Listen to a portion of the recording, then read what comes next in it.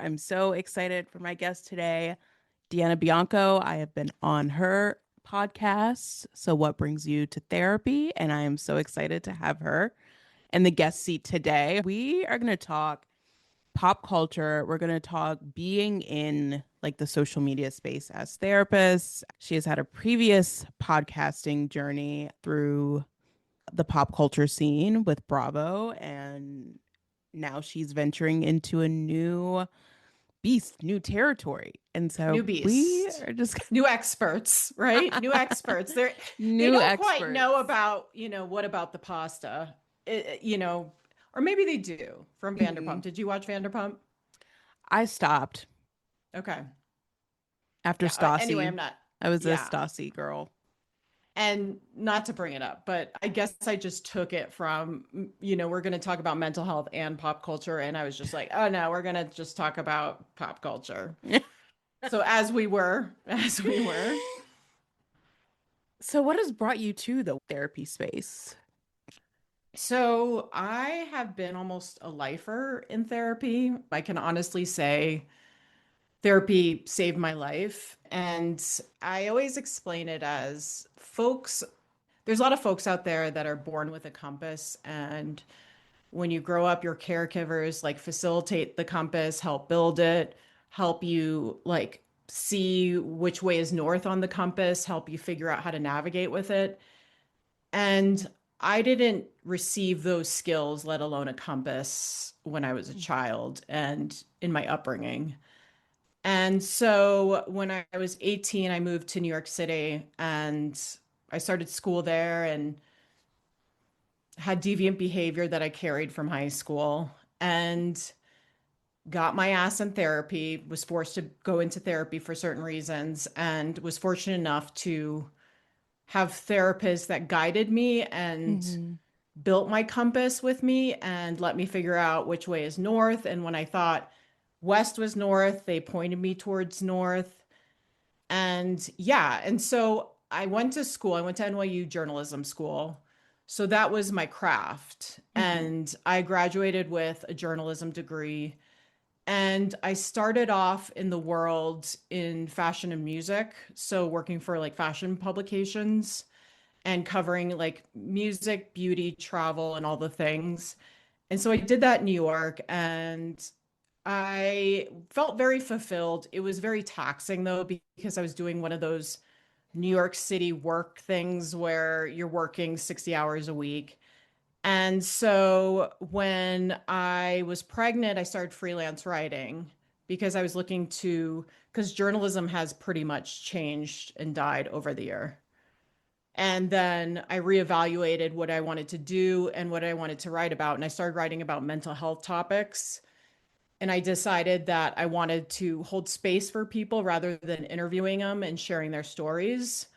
I wanted to go ahead and hold space for them like other people have held space for me. Hmm. I feel like there are so many therapists that can relate to experiencing prior deviant behavior and then Hmm. not pivoting into therapy, but being able to use that and support other people. And because we have like a level of professionalism that we do like to maintain, when a lot of therapists say they get it, like a lot of us genuinely get it. Like we have Yeah, been in the trenches, we have done that's it, right. we have made poor mistakes, and we are only here to support you and making the most aligned choices for yourself. 100%. And I think that's the interesting thing is, we are people behind the therapy sessions and behind the space that we hold, behind the skills that we provide. And I think people can tell, I think, my clients that I have lived a life because Mm-hmm. I think there's this way of dressing as a therapist, or maybe I'm Mm-hmm. thinking old school. And I've been wearing vintage t-shirts since I'm 18. So I'm 26 years now deep. And so I have just like a stack of them. And I wear that, like, Mm-hmm. that's my uniform. And I have tattoos. And they know I've lived in Brooklyn and all the things. And so I'm not saying, oh, I've done this, I've participated in this and all the things. But I think and maybe this is a biased way of looking. I think by looking at me, I have hand tattoos. Like you can Hmm. tell probably that I've lived a life. Yeah, those identifiers that we don't necessarily have to explain, like Do you feel like you have tattoos. some? Well, obviously you have tattoos. I have tattoos. I'm not, you won't catch me really like in the cardigan, the typical like Yeah. cardigan therapist. So I'll sometimes show up in a session like this. I'm wearing a sweatshirt and hat for those who can't see. I also cuss in session. And I will say, when my clients tell me things, they're like, I get a lot of folks who are like, you're the first person that hasn't flinched or Oh, hasn't like made a interesting. face, or they can tell that they are being judged in a way. Mm, There's a level of acceptance that I'm so grateful I'm offering, that it's genuine, that I'm not like questioning their morality or anything. And I think that in itself identifies like a level of openness, understanding, and potentially a life lived before joining the therapy seat. sure. And I hope in 2025 therapists aren't flinching. And I'm sure I say that. And the stories I hear and the stories I've experienced, because I've been through therapists, I could probably count them on two hands and more.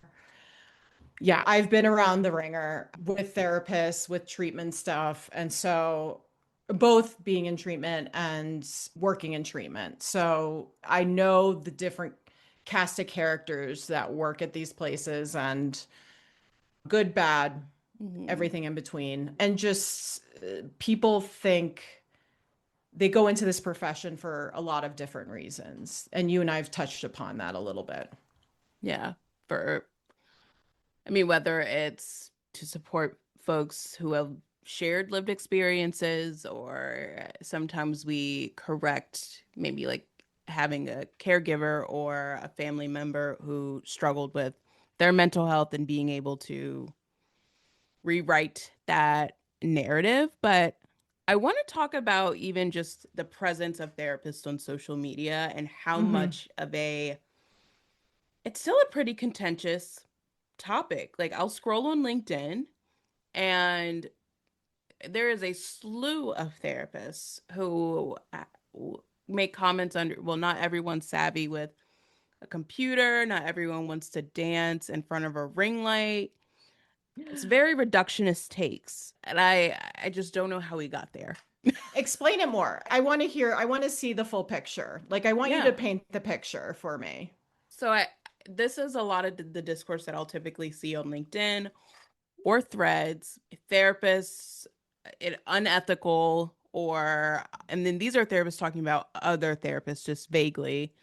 I've seen not everyone is comfortable like dancing on compute on the computer, talking about mental health. We are minimizing the profession by showing up online. And so I'm interested if you've seen those dialogues, those discourses, what are your thoughts, and if you've ever engaged in them yourself? Yeah, I think that's really interesting. And just to point out that you and I and the folks that listen are listening understand that everyone right now has an opinion about everything. And we judge before we discuss, and we feel like we have to have an opinion about things that really just can exist.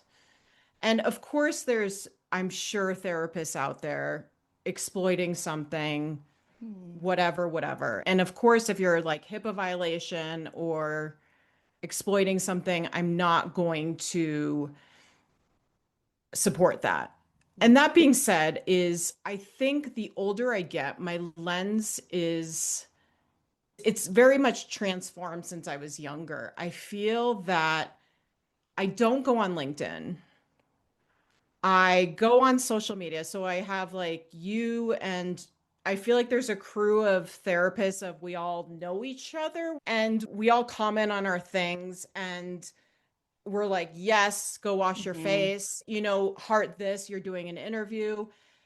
And to be honest, I'm at the point in my life because I did cover the news for so long and my central nervous system is very, I know what elevates it. And since I'm not covering people in that way and going out and covering news stories about social media or that subject about therapists, I really just focus my attention on folks like you and folks within our therapist Mm-hmm. community that are living out loud. Because I Mm-hmm. think the thing that a lot of us teach our clients is authenticity.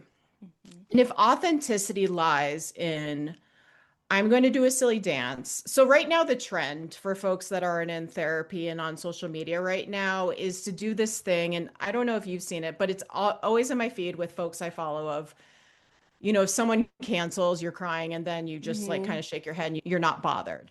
And it's not offending anyone. Mm-hmm. Like, how is that offending? It's a trend right now. Mm-hmm. And everyone's doing their thing on it. It might not be something I'm doing, but it's not offending anyone. Mm-hmm. Does that make sense? And so when we are always the first to put our pitchforks, grab our pitchforks and march to the castle. And you and I have discussed, and we talk with our clients about how much resources and unpaid emotional labor do we want to put into the world? And focusing on if a social media therapist does the trend of boohooing and then doesn't care because a client ghosts them or whatever, who cares? Does that make sense? Yeah, it allows for authenticity. And what I typically will respond is that it allows therapists to build trust in a completely different That's a way. really good point. Go on about that. And so when we think about building trust 10 years ago, it's like, okay, who has the most credentials behind their name? Who has the most letters? Who has these certifications and these trainings? A lot of those trainings are inaccessible. They're Hmm. extremely expensive, especially for newer clinicians. Some are like hard to get into, like they're a lottery. And so being able to present your personality, you're being able to speak to a specific problem that a client may be having, and the client gets to look at the content and say, oh, wow, great, they can help me. Oh, wow, they understand what I'm going through and they can support me. And being able to build trust based on values, based on how we're showing up online, that breaks down such a huge barrier for what typically prevents people from looking for therapists. Because when we think about psychology today, it's all of these profiles, Oh and my maybe goodness. 80% of them are full or not responding, are booked out, are inactive, versus like social media. When you see someone who's consistently posting, who is showing up, who is speaking to what is relevant, you know that hopefully going to be responsive because you Hmm. see that they are active in their work, in their practice. You have an understanding of what you're going to get from them. Yeah, and that's the thing is, and there can be everything, right? There's inclusivity in the people that want to go on social media and do what you're saying. And you and I talked about that because on my podcast. And I think the thing that I was inspired to is I started just putting up shorts about my interviews. And I think it's interesting because coming from the journalism world in the reporting where I was writing, I wasn't used to being in front of a screen or whatever. And I think watching folks like you open the door, it opens the door for other people to walk through in whatever capacity that we are, whether we're going to post like a real drag race reel that has Mm-hmm. to do with mental health, whether we're going to post part of our podcasts, whatever it is. And so there is just so much in the world to focus on about that people are misstepping, if we can even call Mm-hmm. it that.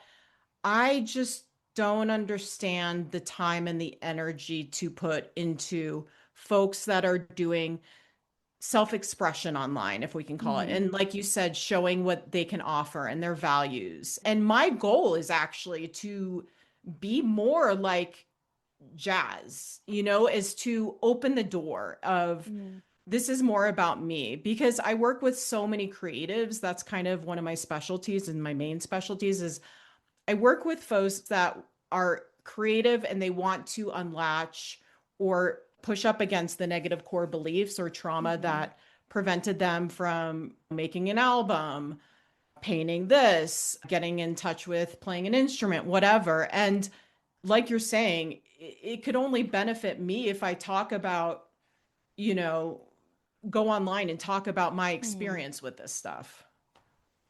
I mean, Yeah. firstly, you are one of the coolest people that I have met Oh, online.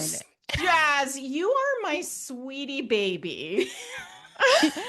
And so my question for you is And what? it's why can't we take compliments as therapists? We teach in the True. room. We say let it land, and I'm gonna let Let it it land. land. We are going to be examples because you are my, I love watching you. And that's the thing is like, I think people don't understand is you and I know each other through this thing. And you told Mhm. me you've made other relationships in my podcast, but I feel like I could message you. And I think the connection of where we are with social media, where we are in with connection is my realm of mental health specialists is not just in my immediate physical community. Mhm. You all are out there and you all are accessible. Do you know what I mean? Yeah. It has made the work more fulfilling. It's made the work so much more fun. I have experienced less burnout than I would say like when I was in like my internships because I feel so connected and anchored to a community beyond what is like physically available to me. And that I've is seen you so visit some person. It brings me joy watching that through a screen, as strange as it sounds. why. I think it's because I think some of us have always felt like outliers. Mhm. And so I think that's why we sometimes get into professions like this or the arts, right? Mhm. Because we feel different. And when I was younger, I dressed weird or whatever. And I moved to New York City and I found my outliers and found community and found my people. And when I moved to Colorado, I feel like an outlier still. And I stand in it and have community here and I love everyone. And I'm still known as the New Yorker who drops the F bombs, who wears like red lipstick, who doesn't give a fuck, which I don't Mhm. give a fuck, and that sounds really negative. But they're like, oh, Deanna's gonna bring like the New York girl. And it's like, of Mhm. course I am, but I don't know. It just still makes me feel like an outlier. And I think in the sense of creating community for me and what we teach Mhm. folks in sessions and we hold space for is we know when we isolate, we disintegrate inside. Mhm. We rot inside. I'm not convinced. I've talked to a lot of folks in session, outside of session, of I don't need community. I'm here in my room and whatever. Maybe there's like a 0.05 percentage that can thrive like that. Community is essential.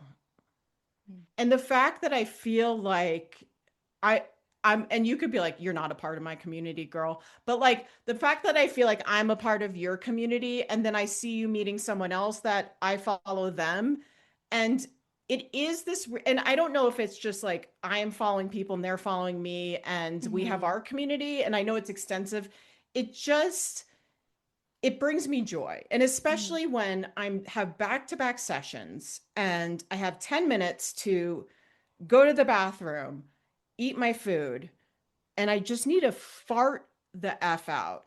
And Mhm. I open Instagram and there's Jazz washing her face and telling me the haps, and what's going Mhm. down. And I'm picking up on whatever you're throwing down. And that brings me joy because it's like, okay, you all know what I'm going through and I'm witnessing you doing what you're doing. So it sounds like I gotta make a flight. I Well, I gotta, think like Jazz, like I think it's we need to, we need it also it's like we just boost each other. yes. We have a community of folks, it doesn't mean female, non-binary, Mhm. whatever, of we want to see each other succeed. Mhm. And I think there are social media communities because I've covered them and in journalism and I've talked to different, been a part of different communities, and that's not always the case. That that And we is the could just truth. go off Mm-hmm. on a day of podcasts about that, you know, whether it's the sisterhood, whether it's mental health, people helping other mental health people. It Mm-hmm. is not a guarantee. So much competition. And I'm like, Yes. And it's like there's room for all of us. And we all provide these unique things. And can I circle back? This is the mhm. journalist in me bringing the story back. This is why the opportunity to go online and highlight these things. What blocks you from showing up online sometimes though? Because you That's show a a really lot good about your point. podcast and you have like meme kind of shorts or like Yeah. videos of like drag race. You incorporate a lot of the pop culture onto your social media, but I don't always see a lot of you. And I'm like, Yeah. you're Oh, so when I Jazz, talk you're to you, you're so cool. And I'm sure there are other people who would feel the same way. yes. And I'm actually going to I have a viral, not to toot my own horn. Katya and Drag Race has this thing, and people are taking the audio of she sits down and she's wearing like a tracksuit, and she says something like, before we get this discussion going, I want to leave room to give you a compliment my outfit. And I actually want to throw it out to Jazz too, to take that audio and do something with it. And I actually today created a video with it that I'm going to post. And I think it is the thing of in journalism school, if you go to a good journalism school, which I don't think they exist, you're not supposed to see yourself in the article. You're supposed to highlight other people's stories or highlight the big story. And so Mhm. that is part of the reason why I'm just inching my way forward. And I know I keep referencing our conversation. When you were just talking to me about, you told me who you were before you started social media and you said who Mhm. you were in grad school. And it just sounds so interesting about the evolution of now you're presenting Mhm. yourself. It's freedom. And it sounds like within journalism too, you don't really see yourself in the narrative. You're telling other people the narrative. You are making sure you have the most informed perception of the narrative. But now you have the opportunity to place yourself in the art. You get to Yes. be the art. Yes. And that is something that I said, I want to talk to you. I DM'd you and I was like, yeah, I have stuff to talk to you about that you've influenced me by. And that's just one of them. And so it is this thing. And of course we have our inner saboteur, right? Hmm. Of whatever we do creatively. And that's the thing is like, we got to give these people credit. Unless you're a total narcissist, I'm not going to give you credit for just showing up online and doing your thing because it does take guts. Hmm. Because everyone's always commenting on the thing that they don't do. We download the song or we hear the Hmm. song and we're commenting, "Oh, well, it's not that great." Or Hmm. we're watching a performance, a concert performance, and we're critiquing it. And it's the whole thing of, well, I don't see you getting up there and stepping up and even Hmm. attempting to do that. But there's room. I say that and it's a yes and Hmm. because there is room for all of us to create. And as I love to say is to play. Because what you're doing and I'm trying to do and folks are doing is we're playing. Do you know what I mean? Yeah, but you're already doing it on your podcast. Oh, sweetheart, you are the best. You're showing up on your podcast, and I will say, as someone who also like podcasts, I feel like it's easier to show up in this space. I Tell me think more. because there's some more intentionality behind long form content, and so people that are seeking it out are like interested. They're curious. They want to listen. There isn't a lot of space for like back and forth versus with short form content. People can take it however it is up for interpretation sometimes. And I do have to engage a bit more actively within short form, but I also treat it very differently than I treat podcasting.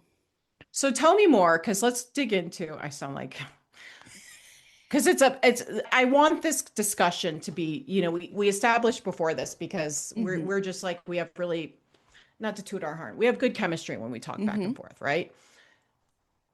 What do you tell your, or I'm sure, I don't know if it exists. What do you tell your inner saboteur when you're like, I'm going to do this thing, I'm going to try it out online, I'm going to, it's the first washing the face, it's the first Hmm. day in the life of a therapist.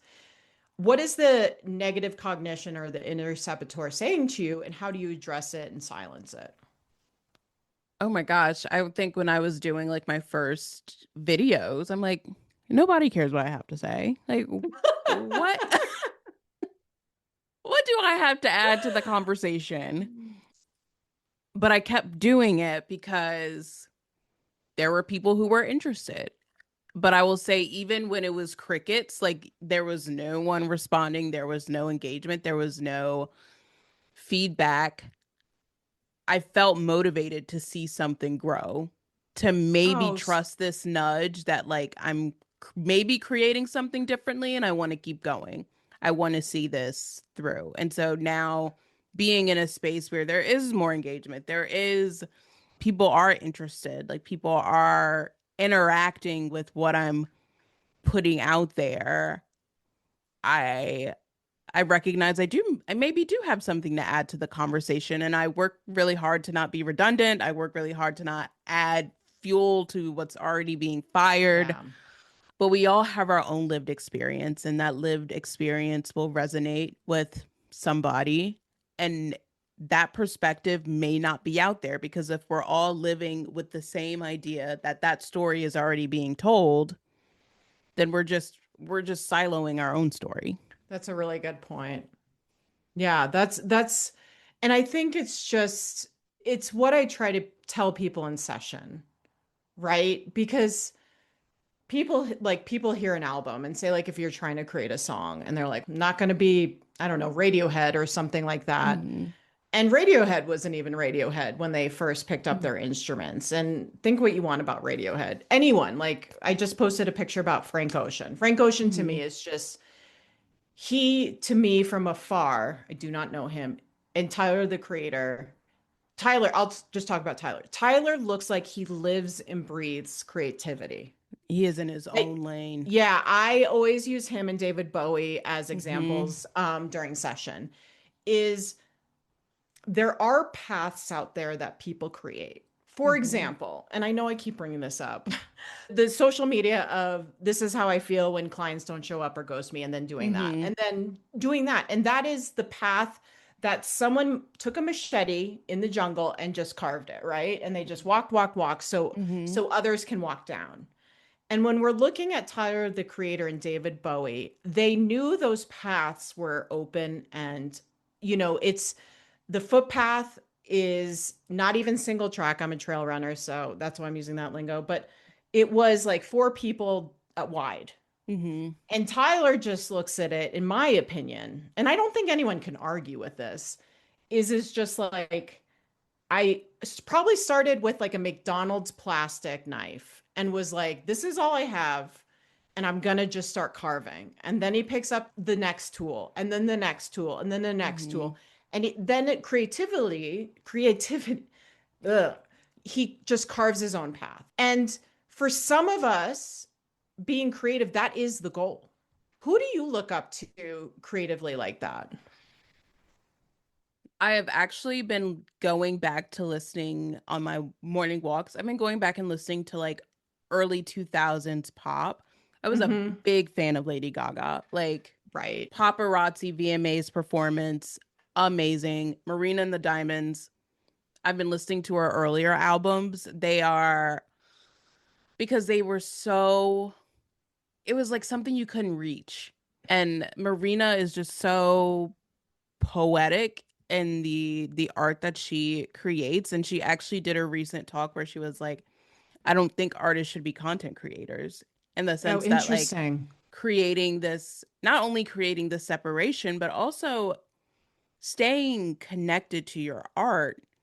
I actually am trying to get into the habit of consuming less so that I can be more creative because Mm-hmm. I find myself scrolling and we all love a good trend to reach a new audience, but trends don't build an audience, to Yeah, and I reach hope you're people. not judging me that I keep bringing that trend up. No, I'm not. I'm No, not participating in it, and I feel bad that because I know there's folks listening and being like, I've "Well, done it. I've already done the trend. okay, okay, okay, yeah, I've done I trends are great for reaching new audiences, it's getting those numbers. It's why I participate in them, but it's not what builds an audience. It's not what allows people to stay. And so if I want to continue honoring that creativity for myself and honoring like, okay, what is the journey that I'm taking with my creativity? mm-hmm. I need to consume less. a And that's hundred not to say percent. that I'm not like there's so many people that I look to on like the social media space. I love Not Your Average Therapist, Kristen Gingrich. I love LEL Therapy, Lauren Crusoe, uh, who have been doing this before and they just show up so unapologetically themselves Mm-hmm. as therapists. And I look at a video and sometimes I go, if I can get one step like closer to that in my own way, Right, that'll and feel authentic. it's so interesting because I think it's because I covered the arts. Is my feed is of course you all like my therapists, social media friends, and it's all art, and that inspires me. You know what I mean? Like Mhm. I'll put in my stories like something like an art piece or just an old photo or especially music of course inspires me, but it is really, I know we shouldn't really look back and sit in the past. However, the past is the original copy, or it can be like Gaga is, to what Mhm. has spurred off of it. Is that what I'm hearing of like listening? And it's interesting because Gaga, not to toot my own horn, but just to talk about a little bit about my journey, is she used to create music and on the Lower East Side. Mhm. And I used to work on the Lower East Side and lived in Williamsburg when this whole movement was happening. And there was this thing called like electroclash that was going on in these, like, you could either see it at a small venue or just a medium-sized venue, or you could see it because there was a lot of abandoned buildings in Williamsburg. It wasn't the Williamsburg that everyone knows. It was abandoned buildings and you could live there for cheap and it was a little dangerous. And so you'd see these like electroclash, like really DIY bands Mhm. that were performing and doing like just experimenting with gender, with experimenting with style and sound. And the thing that Gaga did, that as someone who was in that movement and cover like writing about it and Mhm. saw it, is she was so able to observe, it seems like, and I don't want to speak to her, take it in, restitch it. Like if it was like Mhm. a ball of yarn, stitch it up Mhm. and make this couture sweater out of it. And I think that's what you're saying, because I don't know Gaga, her music that much. I know everyone can judge me, but I know she is about, she's pure creativity. And she like the Marina Abramovic stuff where she was doing the performance art with the one of the most famous performance artists of all time. And uh anyway, talking about her when she was creating an album, she's able to look at the originals and then make it so opulent and original in itself. That is its own form of creativity. Yeah, that's again, early Gaga, she was so resourceful. Yeah. And if she could find a stage, she was singing on it. And looking back at her early days, looking back at early Marina's days, it's like you said, bringing it back to the machete or whatever the tool may be, is I'm going to create a space for myself right now and I'm just going to keep hacking at it. I'm going to keep Mm-hmm. working at it until I feel closer and closer to what feels authentic. And the truth is that it will always change. That's why It will always change. it is a constant journey, allowing yourself that permission to evolve and grow in your creativity. Gaga started with, we had Just Dance, we had Paparazzi, and now we're more at Abracadabra. And she's blending that kind of bad romance, art Now she's pop. now she's copying herself. Like Hmm. that's when it's like we're in the fun house now. If you don't know, you know what I mean? I No, don't know how else to yes. say it. We're in Gaga's fun house, right? Mm-hmm. Where everything is just reflection of her rather than going into the other fun house where she's Mm-hmm. picking the Marina Abramovic, where she's picking the Electro Clash, where you're seeing her perform. I remember watching her and it was just a morning like show on in New York City, and she's just literally in her bubbles, her balloon Mm-hmm. suit, and she's just on the piano. And the thing that I think we can learn from what you were talking about, and I'll talk about my experience in Gaga, is doors are gonna slam in your face, and people aren't either prepared or cannot take it, or a combination of both.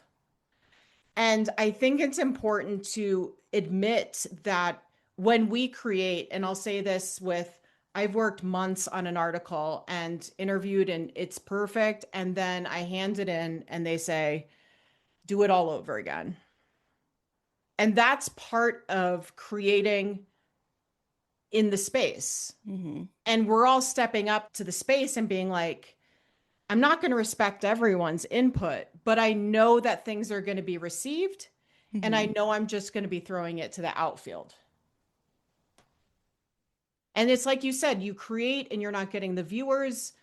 People are latching onto this, they're not latching onto that. You follow a trend, people are latching on and liking, and then you try to do your own thing. And then I think also with Gaga and Tyler is they've built a trust in us to trust their creativity, because when we follow an artist, we're taken into their world, and their world hopefully is one that challenges us, that holds us in that space, and that has the ability to, if we want to, transform us in a positive manner. And I think that's what Gaga, because I mean, she created a revolution. There's Mm-hmm. no doubt about that. And she deserves all the accolades. I think she even deserves more with what she's done. Mm-hmm. And Tyler too. And there's something to learn from that. Not that we're all going to be Tyler and not that we're going to all be Gaga, but what space do we create in this Mm-hmm. space? And we truly just brought this back to the beginning of authenticity and building trust as therapists, Yes. creatively Wow. on. Yes. There you go, girl. You know how when you end a session and you're just like, you kind of are talking and you're like, oh my gosh, I'm bringing it together. And Right. you know what I mean? And you're hoping that you're inspiring, like, not yourself, because that's not what therapy is for a therapist, but you're like, I hope they appreciate how I drew the story and brought it full circle. I'm like, I hope like we can appreciate how we just tied this together. Exactly. But it goes back to building trust, and whether it's your clients, whether it is people engaging with your content, being able to trust the process of how you're showing up and trusting that authenticity and resonating with it and reaching out and scheduling a conversation and moving forward. But that is the beauty of social media and being able to show up in that space. And what you're watching is sometimes exceptional, like Gaga. And exceptional takes work, hard work, rejection, experimentation, and the ability to just, in that rejection, continue to march forward. Just continue, continue. And like we talked about, it is about recognizing, because we're quick to judge and we don't, sometimes we're not looking at the intention, the words behind the judgment. And what it is, are you judging because you're jealous? Are you judging because you don't get it? And that's another thing with art. Just because I'm a huge Yoko Ono fan, and there's this really great book that was put out, best book of 2025 by David Sheff, who wrote Beautiful Boy. If anyone knows that book about his son's addiction. And anyway, he's a really famous writer. He is Yoko Ono's best friend and Mhm. highlights all these qualities that she brought to the art space. And I'm told more so than not, and I think some of it has to do with racism and anti-female stuff, that yes, her music is very hard to digest in the sense it is can sound abrasive, it can sound Mm. whatever. But it's like Duchamp. I'm going to bring Duchamp in. Duchamp's urinal, which he just put a urinal on, and that was the art. That was the art. And just because I don't understand it doesn't mean I can't love it. I can sit in that space with Yoko Ono and just sit in confusion and let the confusion challenge me and go on that journey. Yeah, because I mean, it's an evolving one, right? It And is. it may not resonate to you today, and maybe 5 years later, you'll be like, wow, I'm really moved by that. That's That's like right. what's going to inspire me. And I think that's what I love about art. Yes. It's timeless. It is. And another artist that I'll shout out is my favorite is Robert Rauschenberg. He is a New York City, he's dead. He was in New York City, but he was so poor. Because, people throw out trash in New York City. I'm sure in DC they do the same thing, and you just can take it. And very Hmm. caution tales because bed bugs are everywhere right now in New York City. But he would just take it and create sculptures out of it. And so his most famous one is called Bed. And basically he took his bed and he painted it. And he was making, this is a good example of he was a creative person who was making do with what was in his means. And it's the same thing with Instagram. You have access to Instagram, so you're going to create. Hmm. And now he's one of the, like, his art is in the MoMA. It's priceless, but it is just what he had found on the street put together into a sculpture.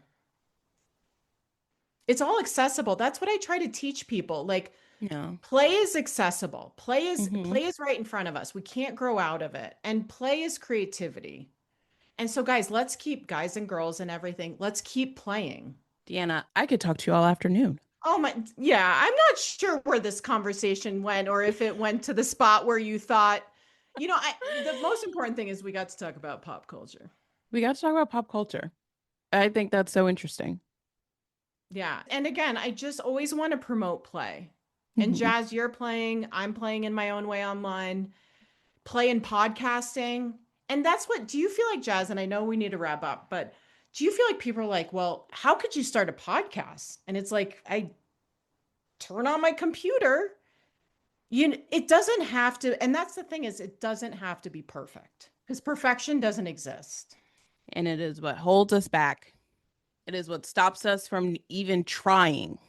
One step. Again, grab that knife, that Hmm. McDonald's plastic knife that you found on the ground in the street, and just start carving a space. And when in doubt and it's uncomfortable, sit in the space that's carved for you and then go back.